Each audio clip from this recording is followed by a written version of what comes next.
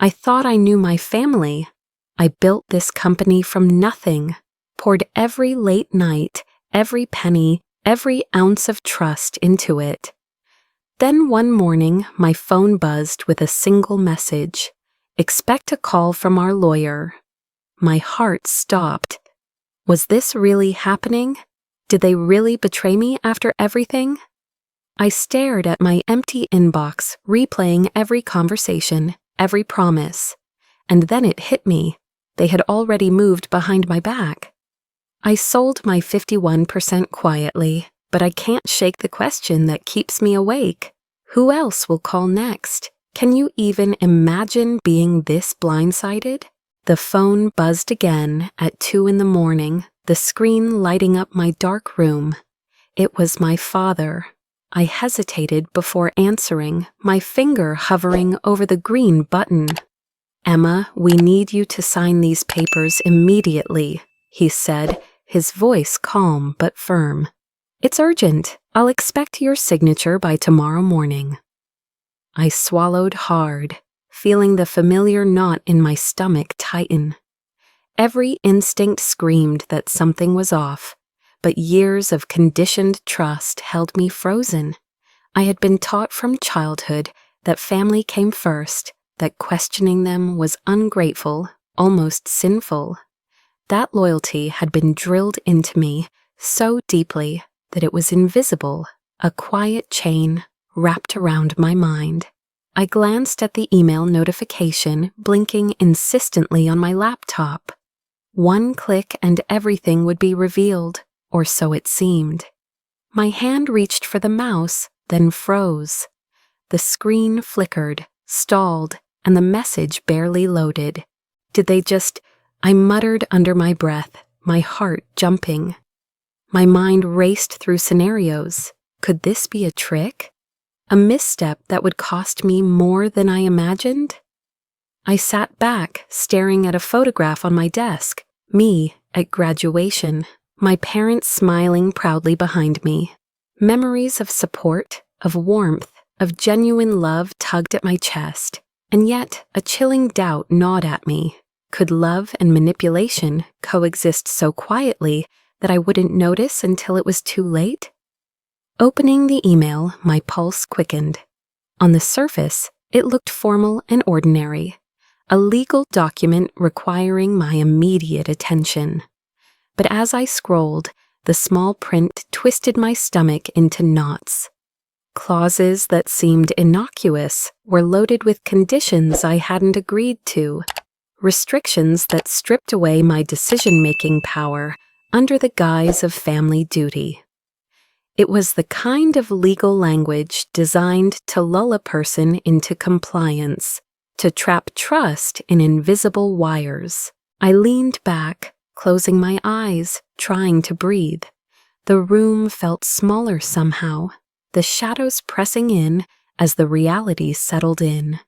I was being maneuvered in ways I had never anticipated. I spent the next hour sifting through my memories, looking for signs I had overlooked.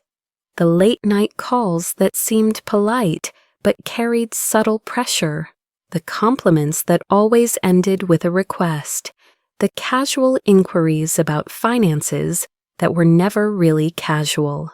My childhood had been filled with lessons of obedience masked as love, and my adulthood had carried the echoes forward. I realized now that my sacrifice had been extracted, not requested. My devotion, once a source of pride, had become a tool used against me. Later that afternoon, I discovered something that made my stomach drop. A family group chat I hadn't been aware of. A hidden thread where conversations about my company, my decisions, and even my reputation circulated without my knowledge.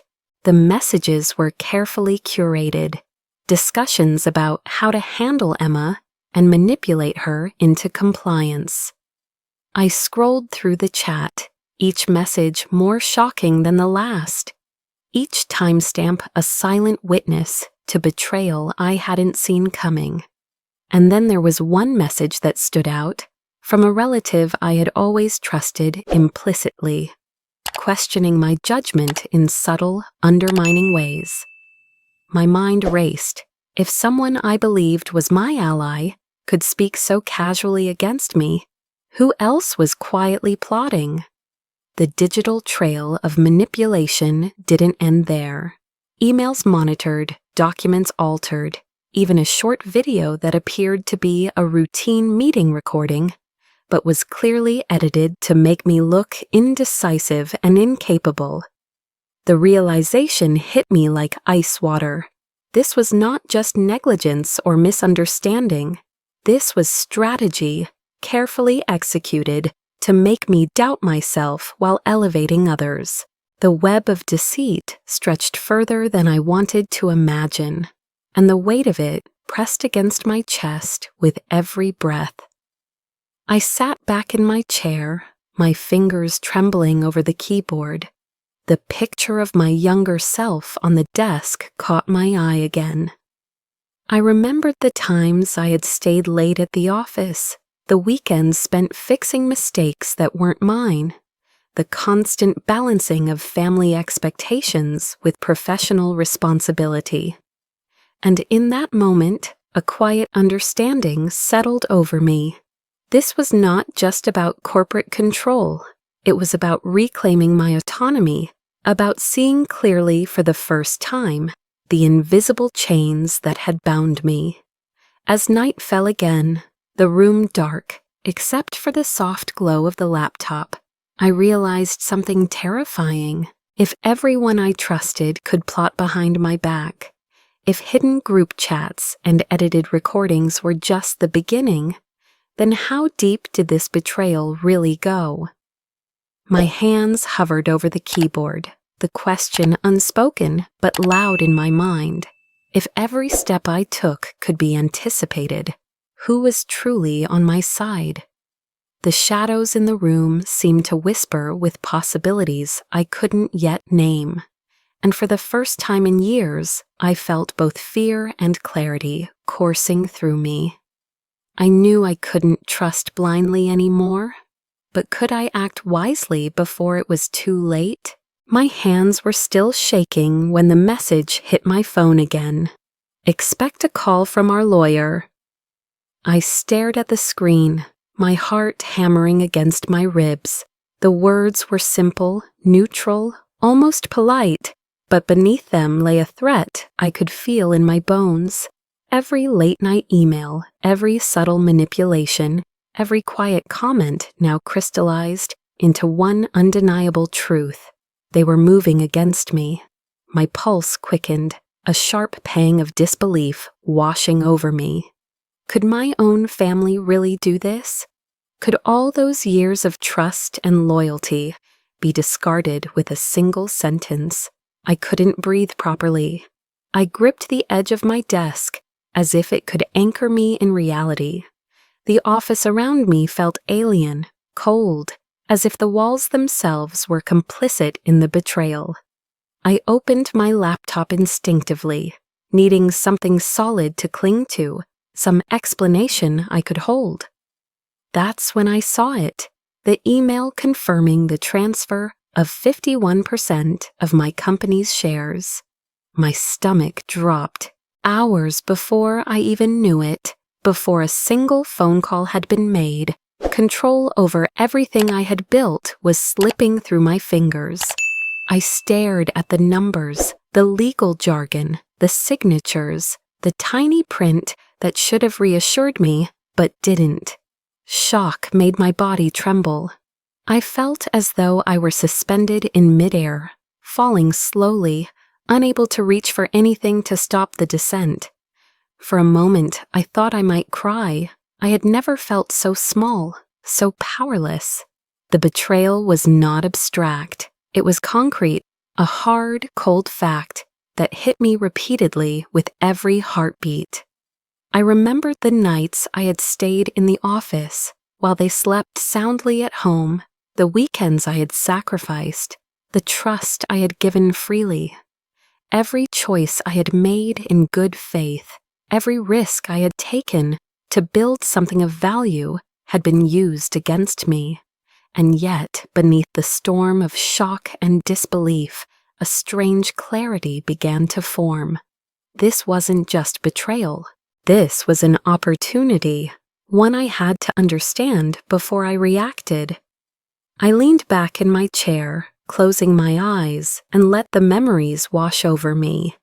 There had been so many small signs, each almost laughable in hindsight. The questions too pointed, the offhand remarks, the glances in meetings, they were the breadcrumbs I had ignored. I had dismissed them because I wanted to believe in the love and loyalty that family should embody. And now, facing the undeniable, I realized I had to rethink everything. Trust, the very foundation of my relationships, had been weaponized against me. As I sat there, trying to calm my racing thoughts, my phone buzzed again. This time it was a message from an old mentor, someone who had guided me during the early days of my career.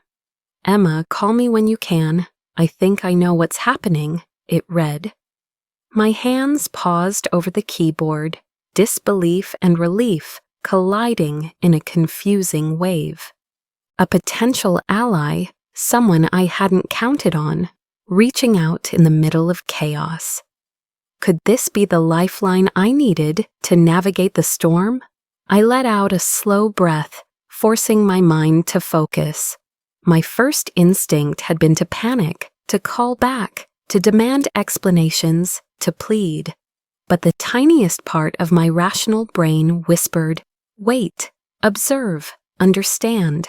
Rushing in would only hand them more control. I reminded myself that strategic patience was a weapon I could wield, even as every part of me ached from the betrayal. I had to acknowledge the hurt, the anger, the fear, but I couldn't let them dictate my actions. The room seemed quieter now, the chaos outside reduced to a dull murmur. I thought about that morning, the way sunlight had spilled across my desk, the gentle hum of the city below.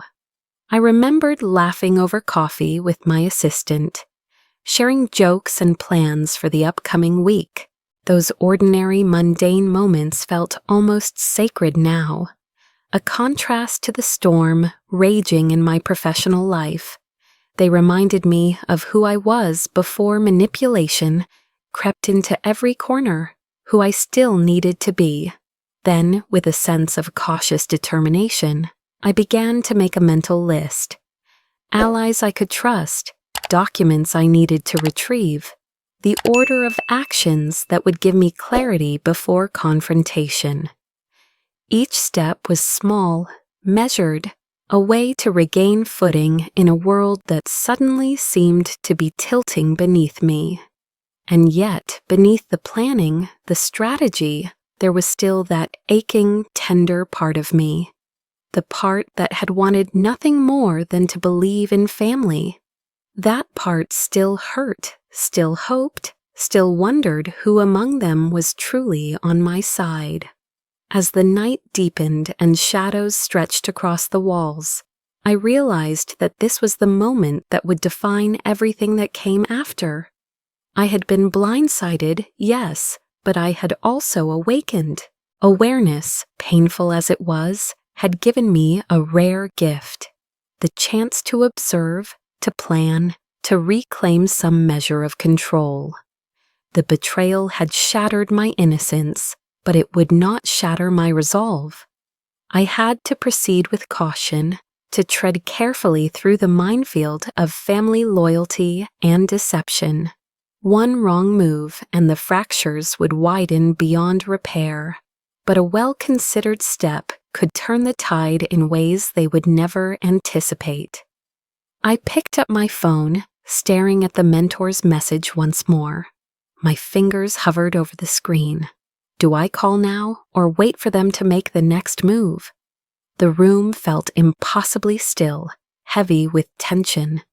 If I acted too soon, would I lose the advantage I had only just realized I possessed? If I waited, could I gather the insight necessary to protect myself fully? My heart beat erratically, echoing in my ears as the weight of the decision pressed down on me. The answer wasn't simple, but one thing was clear. The world I thought I knew was gone, and the next steps I took would determine whether I remained a pawn or began to play the game on my own terms. The envelope had no return address. I found it tucked between the stack of bills that had been delivered that morning. My heart skipped a beat as I carefully opened it. Inside was a small USB drive, its black casing cold and unassuming in my hand. I stared at it, the words echoing in my head. What's on here? The question wasn't just mine, it belonged to every fiber of my being, every instinct that had learned to doubt too easily and trust too little. I hesitated, caught between curiosity and caution, before sliding it into my laptop. The files that appeared made my stomach churn. Financial spreadsheets, chat logs, emails, each document painstakingly detailed, each timestamp revealing manipulations I hadn't noticed before. A short video clip played automatically, showing a meeting from last month.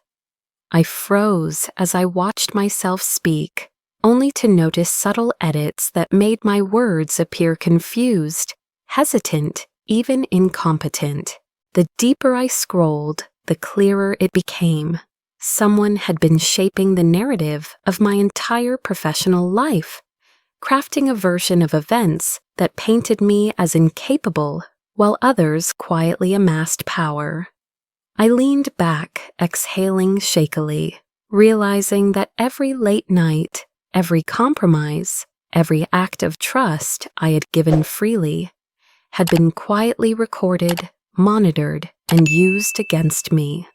The weight of it was suffocating. I remembered the nights I stayed behind at the office, fixing mistakes that weren't mine, covering for others who had taken advantage of my dedication. I thought of the weekend after weekend I spent balancing company demands and family expectations, all in the hope of creating something meaningful, something lasting. And now, as I sat there scrolling through evidence that revealed betrayal on multiple fronts, I felt the raw ache of loss. Not just the company, not just the shares, but the invisible trust, the loyalty I had extended blindly, twisted into something I barely recognized. Yet amidst the dread, a small spark of clarity emerged. This USB, unassuming as it seemed, was a key. The evidence contained within could help me understand the full scope of the deception, could illuminate the paths taken behind my back, and perhaps could give me the leverage I desperately needed. I took a deep breath, centering myself. Every item, every log, every edited video was a puzzle piece. If I could fit them together, I might finally see the full picture. I began to list allies who could help me interpret this tangled web. My lawyer, who had guided me through the company's formation, an old friend from university who had once worked in investigative journalism, a former assistant who knew the company's internal workings better than anyone else. Each potential ally came with their own agenda, their own perspectives, and their own limits. I had to consider them carefully. Trust was no longer automatic. It had to be earned through evidence, through patience, through observation. As I reached out, messages pinged back. Some were supportive, but one reply stopped me cold. It was from someone I had considered completely trustworthy. Their words were careful, polite, even helpful on the surface, but there was an undercurrent I couldn't ignore, a subtle hint that they might not be entirely aligned with me. The thought sent a shiver down my spine. Could it be true? Could someone I had counted on be playing another game entirely? I shook my head, refusing to let panic take control, but the seed of doubt had been planted. I spent the next few hours carefully organizing the files, categorizing the emails, the videos, the logs. Every detail mattered. I annotated, highlighted, and made notes for questions to ask each ally.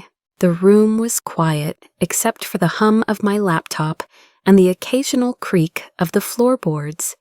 Yet it felt electric, charged with possibility. Every discovery, every revelation carried a weight that was both terrifying and empowering. During a short pause, I allowed myself a moment to think about all the sacrifices I had made. The long nights, the skipped family gatherings, the endless work to protect the company's image, the countless times I had put others' needs above my own. I closed my eyes, letting the memories flow. The quiet ache in my chest reminded me of what had been taken, and it steeled me for what had to come next. Pain, after all, could be a teacher if one listened closely enough. As evening fell, I realized that I had assembled the beginnings of a strategy, a framework from which I could start rebuilding.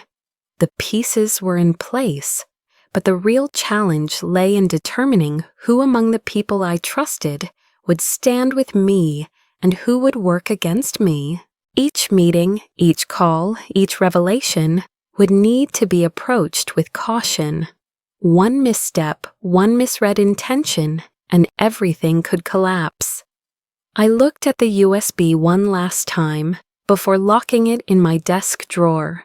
My eyes lingered on it, knowing that within this tiny object lay the truth that could change everything. And yet I couldn't shake the question that had haunted me since the day I first noticed the signs. Who truly had my back? Who was loyal and who was pretending? The answer would not come easily, but I was determined to uncover it. The game was no longer invisible. I could see the board, the pieces, the players. And now I had to play wisely.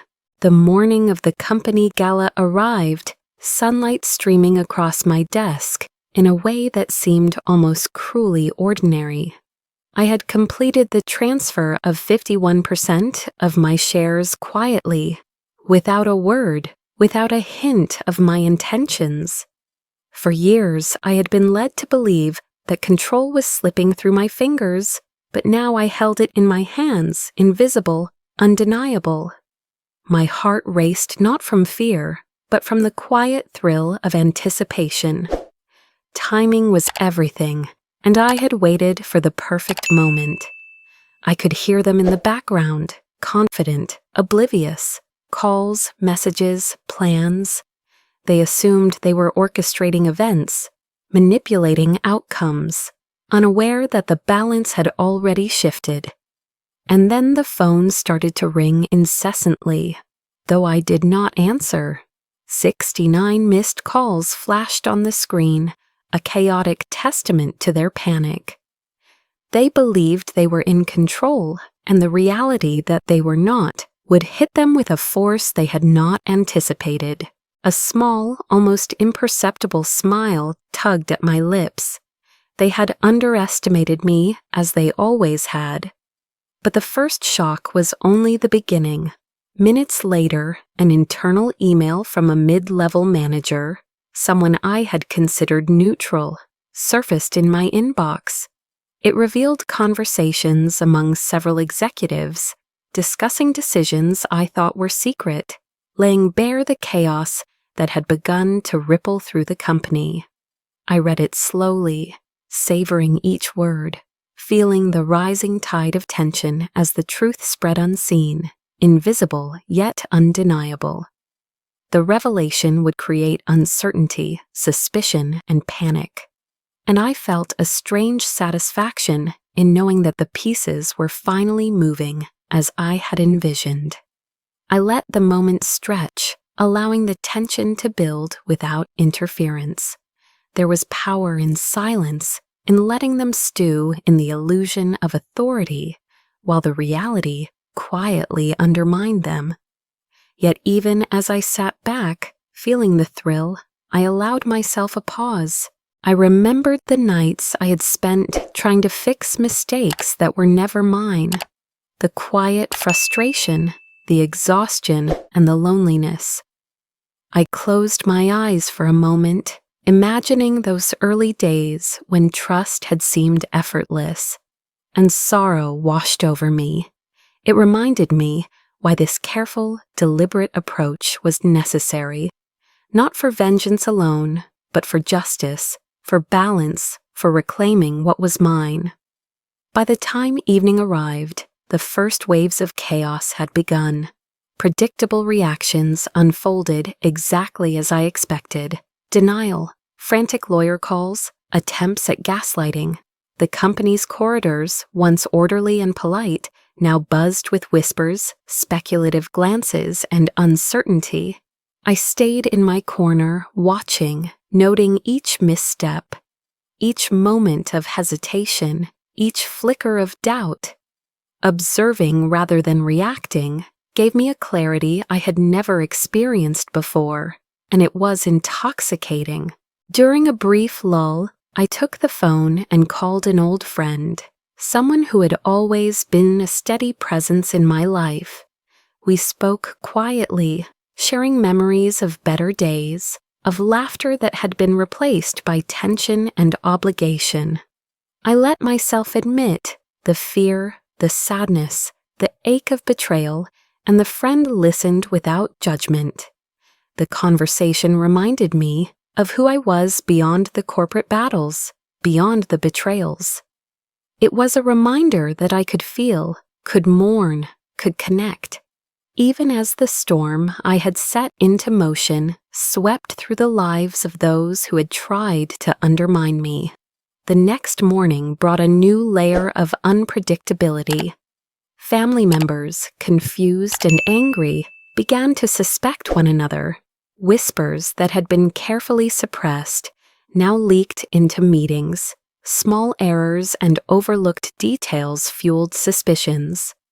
I watched from a distance as chaos unfolded internally, a ripple effect triggered by the seemingly invisible hand of my strategic planning. Their cohesion faltered, alliances shifted, and I realized that the game had changed entirely. I did not need to act further. The storm had begun on its own. As I reviewed the latest updates, I paused to reflect on the balance I had struck between action and patience. Each decision had been calculated, measured, designed to create maximum impact without exposing myself to unnecessary risk. The combination of timing, silence, and observation had worked perfectly. Yet even in this moment of triumph, I felt the lingering weight of the human cost. The relationships frayed, the trust shattered, the emotional toll. It reminded me that power without awareness could easily become hollow, and that the true victory lay not only in strategy, but in retaining my own integrity through it all. By nightfall, I knew that the day's events would be discussed for weeks, analyzed and remembered by everyone involved. They had begun to understand that control was no longer in their hands, though they could not yet see the full extent of the shift. And as I sat quietly, savoring the outcome, a question lingered in my mind, unresolved and teasing. Who would realize first what had truly happened? The uncertainty, the suspense, the anticipation. It was intoxicating yet grounding. I was both observer and participant, aware that the next steps required continued patience and precision. The calm before the storm had worked exactly as intended. Chaos had been unleashed without a single, overt confrontation from me. I allowed myself a quiet smile, acknowledging the depth of the strategy, the skill required to see it through, and the lessons learned from years of misplaced trust. Tomorrow would bring new revelations, new challenges, and new decisions. But tonight, I could simply sit and witness the outcome of patience, timing, and subtle, invisible action. The storm had begun, and I was ready. The morning light spilled into my office, soft and indifferent, as if the sun itself had no allegiance to the chaos unfolding below. I opened my laptop to check the latest updates, and the reality hit me in waves. My family's control over the company, the very authority they had wielded for years, was unraveling before my eyes. Their calls went unanswered, their attempts to reverse decisions met with legal roadblocks they hadn't anticipated. Each misstep they made fueled a mixture of triumph and disbelief in me. The office atmosphere was tense, electric with uncertainty, as whispers and rumors spread faster than any announcement I could have made. I felt a thrill of satisfaction, tempered by the careful awareness that even victory demanded patience. Yet, as I reviewed the latest internal reports, another revelation surfaced. A previously hidden email thread, overlooked in the early chaos, detailed agreements and exchanges I hadn't yet discovered. It contained evidence of mismanagement, secret deals, and actions taken against both the company and myself, unknown even to me until now. I paused, letting the weight of it settle. This new layer of betrayal was astonishing. They had underestimated me at every turn, believing that the first shock of lost control would be enough to destabilize me. Instead, it had uncovered even more threads to untangle, revealing truths they themselves hadn't considered exposed. The irony wasn't lost on me. The people who had tried to manipulate, to control, to diminish me were now ensnared in the very system they had crafted, their missteps amplified and their reputations teetering on the edge. I watched as colleagues and stakeholders adjusted their positions, wary, careful, as the ripple effect of clarity and revelation spread outward. And I allowed myself a small, quiet moment to smile. It was rare to witness orchestrated karma in motion, precise and unavoidable. Yet even as I felt the satisfaction of justice unfolding, I reminded myself that this was not simply revenge. It was reclamation, a restoration of what had been mine all along. As the day progressed, I couldn't help but reflect on the emotional toll. The victory was real, yes, but it was tempered by the human cost. Relationships fractured beyond repair, trust irreparably broken, and the familiar warmth of family replaced by suspicion and resentment. I allowed myself a pause, sipping tea at my desk, letting the quiet moments anchor me. This was a necessary breath, a reminder that while power had been regained, my humanity remained intact. I allowed myself to feel the sorrow, the nostalgia for simpler times, even as I prepared for the next steps. By evening, the full scope of the company's transformation was becoming clear. My family, now stripped of the authority they had assumed as inherent, moved through the organization with caution and unease. Their control had been replaced not by chaos, but by deliberate, thoughtful restructuring guided by my allies and the evidence I had carefully compiled. Stakeholders who had once been uncertain now looked to me with recognition, respect, and an understanding that authority was being restored with both fairness and precision. Each decision, each document filed, each subtle intervention reinforced the reality. Power had shifted, and there was no turning back. In the quiet moments, I asked myself the question I had avoided for so long. Am I truly happy? The thought lingered, delicate and persistent. The revenge, the strategy, the triumph, none of it could fill the void of emotional clarity on its own. I reflected on what freedom truly meant: the absence of fear, the capacity to act with autonomy, the ability to set boundaries without guilt or hesitation. I felt a sense of liberation, not just financial, not just professional, but deeply personal. The years of compromise, of sacrifice, of trusting blindly had taught me the value of discernment and the power of deliberate action. The effects of these revelations rippled outward beyond the walls of my company. Friends, colleagues, and even acquaintances began reaching out, sharing their own stories of quiet betrayal and manipulation. They sought guidance, perspective, validation. In my victories, they found lessons for their own lives, and I recognized the unexpected responsibility that came with visibility and experience.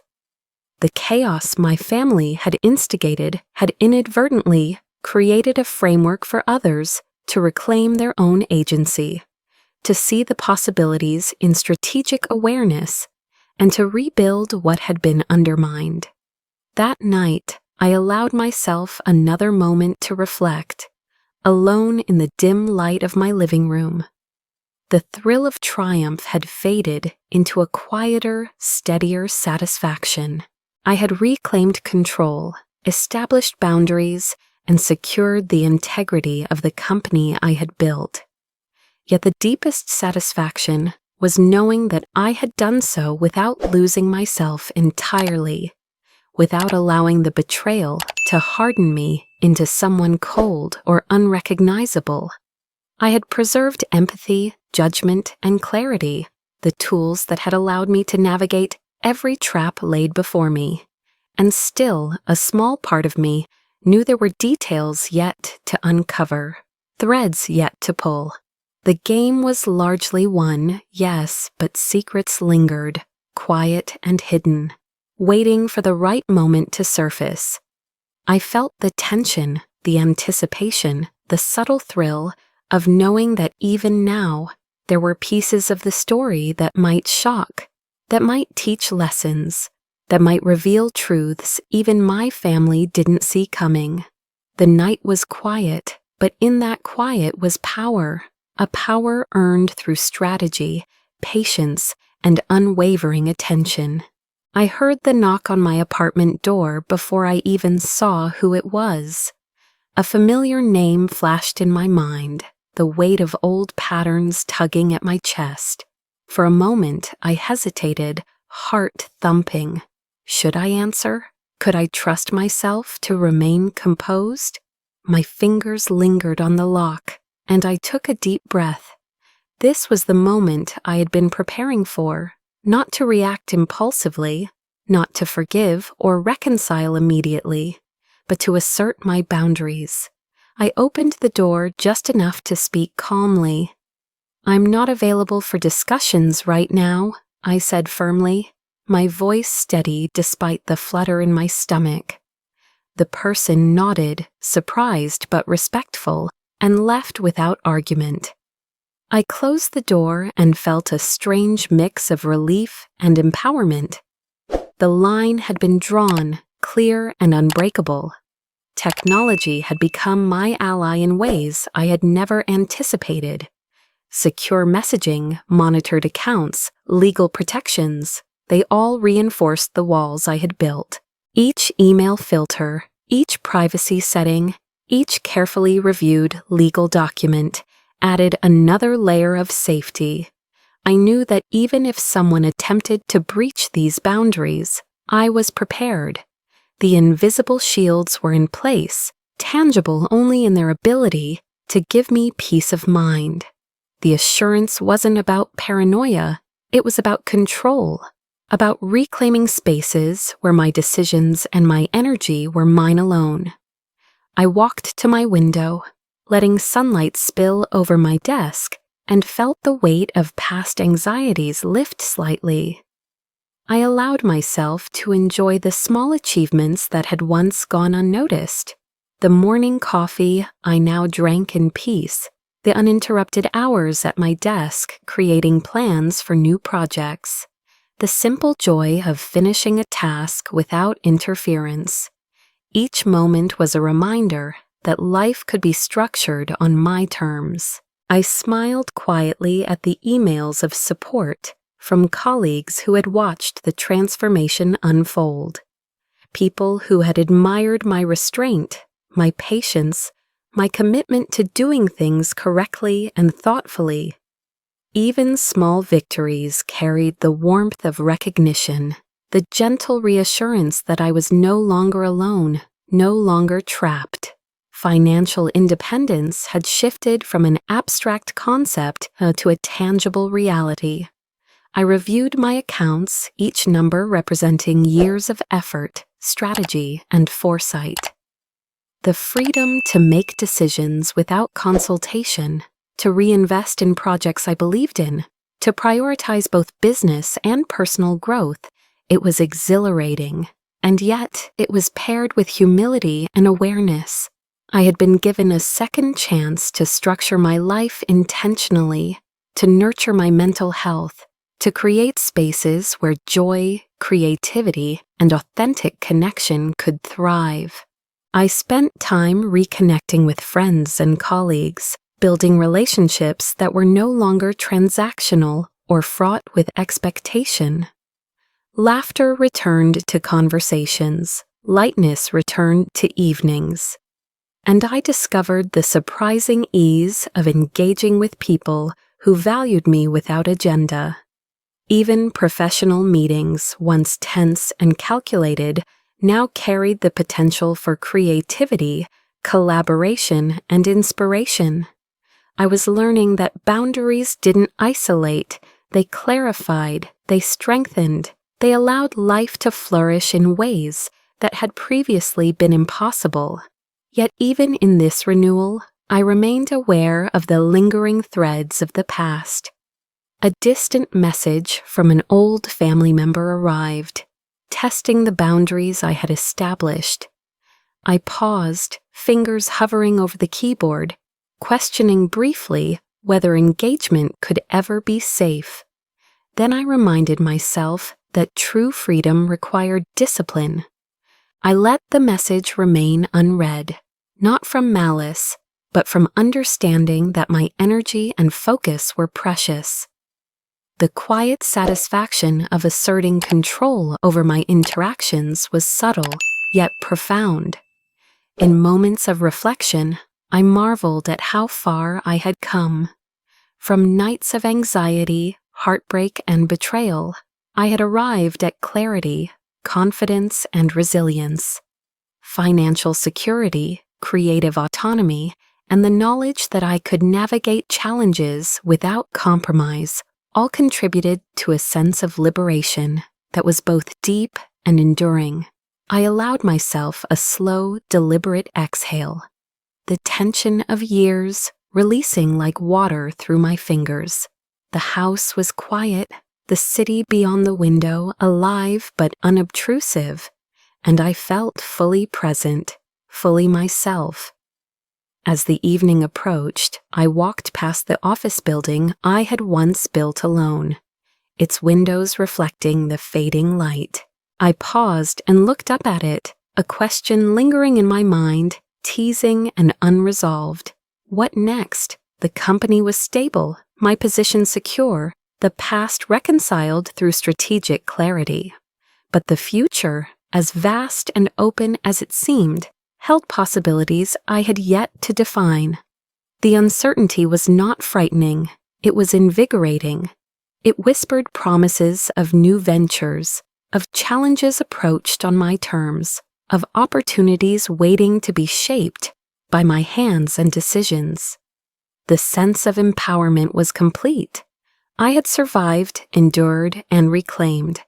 I had established boundaries that could not be crossed, created relationships that honored trust, and cultivated freedom in every sense.